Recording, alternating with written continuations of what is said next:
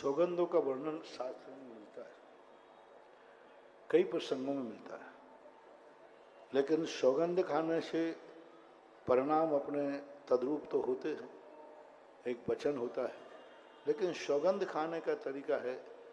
मैंने अभी 15-20 दिन पहले भी ये प्रश्न आया था, कभी अपन को इष्ट की, अपने प्रिय की सौगंध नहीं खाना चाहिए। कभी भगवान की, गुरु की, बेटों की, बाप की, माँ बाप की कोई ये सौगंध नहीं खाना चाहिए। जब स्वयं सौगंध खाना पड़े तो अशुभ की खाना चाहिए। जैसे एक बार जैन दर्शन में आता है कि रामचंद्र जी के सामने लक्ष्मण ने कहा, यदि मैंने इस प्रकार का परिणाम किया हो तो मुझे रात्रि भोजन करने का पाप लगे। दूसरा प्रसंग आता है, यदि मैंने ऐसा किया हो, ऐसा भाव किया हो तो मेरा पंचम काल में जन्म हो, ये अशुभ है। तो सौगंध अशुभ खाना चाहिए। यदि मैंने ऐसा किया हो तो मैं नरकों में पड़ूं, यदि मैंने ऐसा किया हो तो मेरा नाश हो, ऐसा मैंने किया हो तो मेरे मुंह में कोढ़ निकले, यानी अशुभ खाया जाता है, अशुभ सौगंध। और जब दूसरा चढ़ाएगा सौगंध तो वो तुम्हारे प्रिय की चढ़ाएगा, वो चढ़ाएगा तो फिर तुम्हारे भगवान की सौगंध है, तुम्हें तुम्हारे गुरु की सौगंध है, तुम्हें तुम्हारे बेटे की सौगंध है, वो चढ़ाएगा। लेकिन हम जब खाएंगे तो हम अपने प्रिय की सौगंध नहीं खाएंगे। ऐसा ये सौगंध पुराण का, सौगंध का महत्व बहुत है।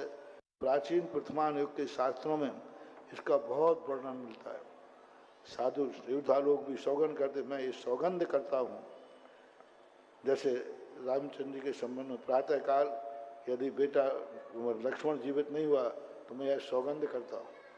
अर्जुन ने सौगंध की थी कि यदि दिन अस्त होने के पहले जयद्रथ को नहीं मारा तो मैं अग्नि में प्रवेश कर। अब ये सौगंध है, देखो अशुभ है कि नहीं, मैं अग्नि में प्रवेश कर जाऊं। ये नहीं कहा कि मैं धर्मराज की सौगंध खाता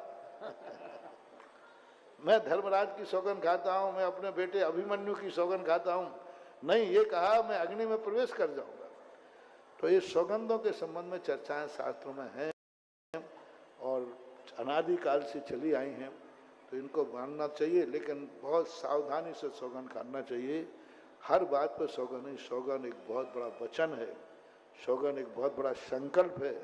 हर बात पर सौगंध नहीं खाना चाहिए जब कोई यथार्थ हो। और मैं तो कहता हूँ असली के लिए सौगंध खाने की जरूरत ही नहीं है।